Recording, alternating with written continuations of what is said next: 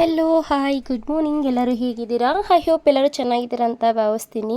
Welcome back to Aditya hobby blogs. Friends, ಇವತ್ತಿನ ವಿಡಿಯೋದಲ್ಲಿ ಮನೆಯಲ್ಲೇ ಕ್ವಿಕ್ಕಾಗಿ ಈಸಿಯಾಗಿ ಮನೆಯಲ್ಲೇ hair serum hair mask and healthy ಒಂದು ಹೇರ್ ಆಯಿಲ್ನ ಮಾಡ್ಕೊಳ್ಳೋದು ಹೇಗೆ ಅಂತ ನಾನು ಹೇಳ್ಕೊಡ್ತೀನಿ. ಇದಕ್ಕೆ ಮೊದಲನೇದಾಗಿ ಒಂದು ಪೀಸ್ ಚಕ್ಕೆ, 5ರಿಂದ 6 ಲವಂಗ, ಒಂದು ಬೋಲು ದಾಸವಾಳ ಹೂವು ಆ್ಯಂಡ್ ಅಗಸೆ ಬೀಜ, 3ರಿಂದ 4 ಟೇಬಲ್ ಸ್ಪೂನಷ್ಟು ಅಗಸೆ ಬೀಜ, 3ರಿಂದ 4 ಟೇಬಲ್ ಸ್ಪೂನಷ್ಟು ಅಕ್ಕಿ ಮತ್ತು ಕಪ್ಪು ಜೀರಿಗೆ. ಅದು ಸ್ವಲ್ಪ ಕ್ವಾಂಟಿಟಿ ಸ್ವಲ್ಪ ಜಾಸ್ತಿನೇ ಮಾಡ್ಕೊಳ್ಳಿ. ನೀವು ಒಂದು 10 ಗ್ರಾಮು 50 ಗ್ರಾಮಷ್ಟು ಹಾಕಿದ್ರೂ ಓಕೆ, ನಡೆಯುತ್ತೆ. ಆ್ಯಂಡ್ ಅದ್ರ ಜೊತೆಗೆ ಇದು ದಾಸವಾಳದೆಲೆ ಮತ್ತು ಅಲೋವೆರಾ ಜೆಲ್ಲು, ಇದು ಎಣ್ಣೆಗೆ ಆಗುತ್ತೆ. ಇನ್ನು ಇದು ಬಂದು ಅಗಸೆ ಬೀಜ ಆ್ಯಂಡ್ ಚಕ್ಕೆ, ಲವಂಗ, ಕಪ್ಪು ಜೀರಿಗೆ ಮತ್ತು ಅಕ್ಕಿ, ದಾಸವಾಳ ಹೂವು, ಇದೆಲ್ಲ ಏನಿದೆ ಹೇರ್ ಮಾಸ್ಕಿಗೆ ಅಂಥದ್ದು. ಇದು ಮೊದಲನೇದಾಗಿ ಒಂದು ಚಿಕ್ಕದೊಂದು ಪಾತ್ರೆನೇ ಇಟ್ಕೊಂಡಿದ್ದೀನಿ. ಅದಕ್ಕೆ 2 ಲೋಟ ನೀರು ಹಾಕ್ಕೊಂಡು ನಾನು ಏನು ಇಂಗ್ರೀಡಿಯೆಂಟ್ಸ್ ತೋರಿಸಿದ್ನೋ ನಿಮಗೆ ಅದನ್ನು ಹಾಕಿ ಚೆನ್ನಾಗಿ ಕುದಿಸ್ಕೊತಾ ಇದ್ದೀನಿ. ಇದನ್ನು ಮ್ಯಾಕ್ಸಿಮಮ್ ಒಂದು 3ರಿಂದ 4 ನಿಮಿಷ ಕುದಿಸ್ಕೊಂಡ್ರೆ ಸಾಕು. ಚೆನ್ನಾಗಿ ಕುದಿಸ್ಕೊಂಡ್ರೆ ಅದು ಜೆಲ್ ಥರ ಆಗುತ್ತೆ. ಅದಕ್ಕೆ ನಾವು ಒಂದು ಟೇಬಲ್ ಸ್ಪೂನ್ ಕೊಬ್ಬರಿ ಎಣ್ಣೆನ ಆ್ಯಡ್ ಮಾಡಿಕೊಂಡು ತಲೆಗೆ ಅಪ್ಲೈ ಮಾಡ್ಕೊಂತು ಅಂತಂದರೆ ಮುಗೀತು. ತುಂಬ ಅಂದರೆ ತುಂಬ ಒಳ್ಳೆಯದು. ಆ್ಯಂಡ್ ಇದು ದಾಸವಾಳದಲ್ಲಿ ಕೆರಟಿನ್ ಅಂಶ ಇರೋದ್ರಿಂದ ಹೇರ್ ತುಂಬ ಸ್ಮೂತ್ ಆಗುತ್ತೆ. ಆ್ಯಂಡ್ ಕಪ್ಪು ಜೀರಿಗೆನಲ್ಲಿ ಅದು ಹೇರ್ಗೆ ಬಿಳಿ ಕೂದಲು, ವೈಟ್ ಹೇರ್ಸ್ ಏನು ಜಾಸ್ತಿ ಆಗ್ತಾ ಇರುತ್ತೆ ಅದನ್ನು ನಿರಂತರಕ್ಕೆ ತರುತ್ತೆ. ಅದು ಕಡಿಮೆ ಆಗ್ತಾ ಬರುತ್ತೆ. ಅದಕ್ಕೂ ತುಂಬ ಹೆಲ್ಪ್ಫುಲ್ ಆಗಿದೆ ಅದು. ಆ್ಯಂಡ್ ಅದ್ರ ಜೊತೆಗೆ ನಾವು ಚಕ್ಕೆ ಲವಂಗ ಹಾಕೋದ್ರಿಂದ ಚಕ್ಕೆ ಲವಂಗ ಕೂದಲನ್ನ ನರಿಶ್ ಮಾಡುತ್ತೆ. ಆ್ಯಂಡ್ ಅಂದರೆ ಶೈನಿಂಗ್ ಮಾಡುತ್ತೆ ಕೂದಲು. ಅದನ್ನು ನಾವು ಬಿಸಿಲಿಗೆಲ್ಲರೂ ಬಿಟ್ಟಾಗ ಕೂದಲನ್ನ ನರಿಶ್ ಮಾಡುತ್ತೆ ಮತ್ತು ಡ್ರೈ ಆಗೋದಿಲ್ಲ, ಡ್ರೈ ಅಂಶನ ತಡೆ ಹಿಡಿಯುತ್ತೆ. ತುಂಬ ಅಂದರೆ ತುಂಬ ಯೂಸ್ಫುಲ್ ಆಗಿದೆ ಅದರಲ್ಲಿ. ಆ್ಯಂಡ್ ಅದನ್ನೆಲ್ಲ ಫುಲ್ಲು ಕುದಿಸ್ಕೊಂಡು ನಾನು ಅದನ್ನು ಸೋರಿಸ್ಕೊತಾ ಇದ್ದೀನಿ. ಸೋರಿಸ್ಕೊಂಡು ನೀಟಾಗಿ ಅದನ್ನು ಮಿಕ್ಸ್ ಮಾಡ್ಕೊಬೇಕಾಗತ್ತೆ.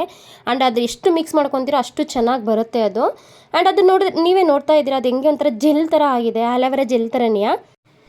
ಅದಕ್ಕೆ ನಾನು 1 ಟೇಬಲ್ ಸ್ಪೂನ್ ಆಗೋಷ್ಟು ನಾನು ಕೊಬ್ಬರಿ ಎಣ್ಣೆನ ಹಾಕೊತಾ ಇದ್ದೀನಿ. ಇದರಲ್ಲಿ ನಿಮಗೆ ನೀವು ಎಲ್ಲರೂ ಔಟ್ಸೈಡ್ ಹೋದಾಗ ಪ್ಯೂರ್ ಕೊಬ್ಬರಿ ಎಣ್ಣೆ ಸಿಕ್ತು ಅಂದರೆ ತಂದಿಟ್ಕೊಂಡ್ರೆ ತುಂಬ ಅಂದರೆ ತುಂಬಾ ಒಳ್ಳೆಯದು, ನಿಮಗೆ ಹೆಲ್ಪ್ಫುಲ್ ಆಗುತ್ತೆ. ಆ್ಯಂಡ್ ಅದನ್ನು ಸೈಡ್ಗೆ ಇಟ್ಕೊಂಡು ನಾನು ಇನ್ನು ಪಕ್ಕದಲ್ಲಿ ಒಂದು ಜಾರ್ಗೆ ನಾನು ಅಕ್ಕಿ, ಅಗಸೆ ಬೀಜ ಮತ್ತು ಕಪ್ಪು ಜೀರಿಗೆ ಏನಿದೆ ಮತ್ತು ಚಕ್ಕೆ ಲವಂಗ ಇದನ್ನೆಲ್ಲ ಹಾಕಿ ಪೌಡ್ರ್ ಮಾಡ್ಕೊತಾ ಇದ್ದೀನಿ. ಇದು ಬಂದು ಆಯಿಲ್ ರೆಡಿ ಮಾಡೋದಕ್ಕೆ ಇದು ಪೌಡ್ರ್ ಮಾಡ್ಕೊತಿದ್ದೀನಿ. ನೋಡಿ, ಈ ಥರ ಪೌಡ್ರಾಗಿ ಇಷ್ಟು ಪೌಡ್ರ್ ಆದರೆ ಸಾಕು. ತುಂಬ ತೆಳ್ಳಗೆ ಅಂದರೆ ತುಂಬ ನೈಸ್ಗೇನು ಆಗೋದು ಬೇಡ, ದಪ್ಪ ದಪ್ಪ ಆದರೆ ಸಾಕು. ಆ್ಯಂಡ್ ಇದ್ರ ಜೊತೆಗೆ ನಾವು ಏನು ಇಟ್ಕೊಂಡಿದ್ವಲ್ಲ ದಾಸವಾಳ ಹೂವು ಮತ್ತು ದಾಸವಾಳ ಎಲೆ, ಅಲೋವೆರಾ ಏನಿದೆ ಅದೆಲ್ಲನೂ ಹಾಕಿ ದಪ್ಪ ಅಂದರೆ ಒಂದು ಮೀಡಿಯಮ್ ಆಗಿ ಅದನ್ನು ಗ್ರೈಂಡ್ ಮಾಡ್ಕೊಬೇಕಾಗತ್ತೆ. ಅದನ್ನು ಏಕೆಂತಂದರೆ ಇದ್ರ ಜೊತೆಗೆ ಸ್ವಲ್ಪ ನೀರು ಹಾಕೊಳ್ಳಿ. ನೀರು ಹಾಕ್ತೆ ರುಬ್ಬಿದ್ರೂ ಒಳ್ಳೆಯದು, ಬಟ್ ಆಗೋದಿಲ್ಲ. ಆದ್ದರಿಂದ ಒಂದು ಸ್ವಲ್ಪ ನೀರು ಹಾಕ್ಕೊಳ್ಳಿ. ಲಾಸ್ಟಿಗೆ ಒಂದು ಬಾಣಲಿನ ಇಟ್ಕೊಂಡಿದ್ದೀನಿ. ಆ ಬಾಣಲಿಗೆ ನಾನು 250 ml ಏನು ಕೊಬ್ಬರಿ ಎಣ್ಣೆ ಇದೆ ಅಷ್ಟನ್ನು ಹಾಕ್ಕೊತಾ ಇದ್ದೀನಿ. ಈಗ ನಾನು ತೊಗೊಂಡಿರೋ ಇಂಗ್ರೀಡಿಯೆಂಟ್ಸ್ ಏನಿದೆ ಅದಕ್ಕೆ ಇಷ್ಟು ಕೊಬ್ಬರಿ ಎಣ್ಣೆ ಸಾಕು. ನೀವು ಈ ಥರ ಮಾಡ್ಕೊತು ಅಂತ ಅಂದರೆ ತುಂಬಾ ಚೆನ್ನಾಗಿ, ಅಂದರೆ ಇಷ್ಟು ಸಾಕು. ಒಂದು 15 ಡೇಸ್ಗೆ ಒಂದು ಟೈಮು ಯೂಸ್ ಆಗುತ್ತೆ ಅದು. ನನ್ನ ಕೂದಲಿಗಂತೂ 15 ಡೇಸ್ಗೆ ಒಂದು ಟೈಮು ಬೇಕಿದ್ದು. ತುಂಬ ಏರ್ಫಾಲ್ ಆಗ್ತಾ ಇರುತ್ತಲ್ಲ ಆವಾಗ ಯೂಸ್ ಮಾಡಿ. ಇದನ್ನು ತುಂಬ ಅಂದರೆ ತುಂಬಾ ರಿಸಲ್ಟ್ ಇದೆ ಇದರಲ್ಲಿ. ಆ್ಯಂಡ್ ನೀವು ಜೆಲ್ ಅಪ್ಲೈ ಮಾಡ್ತೀರಾ ಅಂತ ಅಂದರೆ ಜೆಲ್ ಅಪ್ಲೈ ಮಾಡಿ ವಾಶ್ ಮಾಡಿದ್ರೆ ನೆಕ್ಸ್ಟ್ ಡೇ ಎಣ್ಣೆನ 1 ಅವರ್ ಹಾಕಿದ್ರೆ ಸಾಕಾಗುತ್ತೆ. ನೀವು ಹೇರ್ಗೆ ರುಬ್ಬಿಟ್ಕೊಂಡಿರೋ ಪೇಸ್ಟ್ ಏನಿದೆ ನೋಡಿ, ಎಷ್ಟು ಚೆನ್ನಾಗಿದೆ ಪೇಸ್ಟ್ ಏನಿದೆ, ಆ ಪೇಸ್ಟ್ ಎಣ್ಣೆಗೆ ಹಾಕ್ಕೊಂಡು ನೀಟಾಗಿ ಮಿಕ್ಸ್ ಮಾಡ್ಕೊಬೇಕಾಗುತ್ತೆ.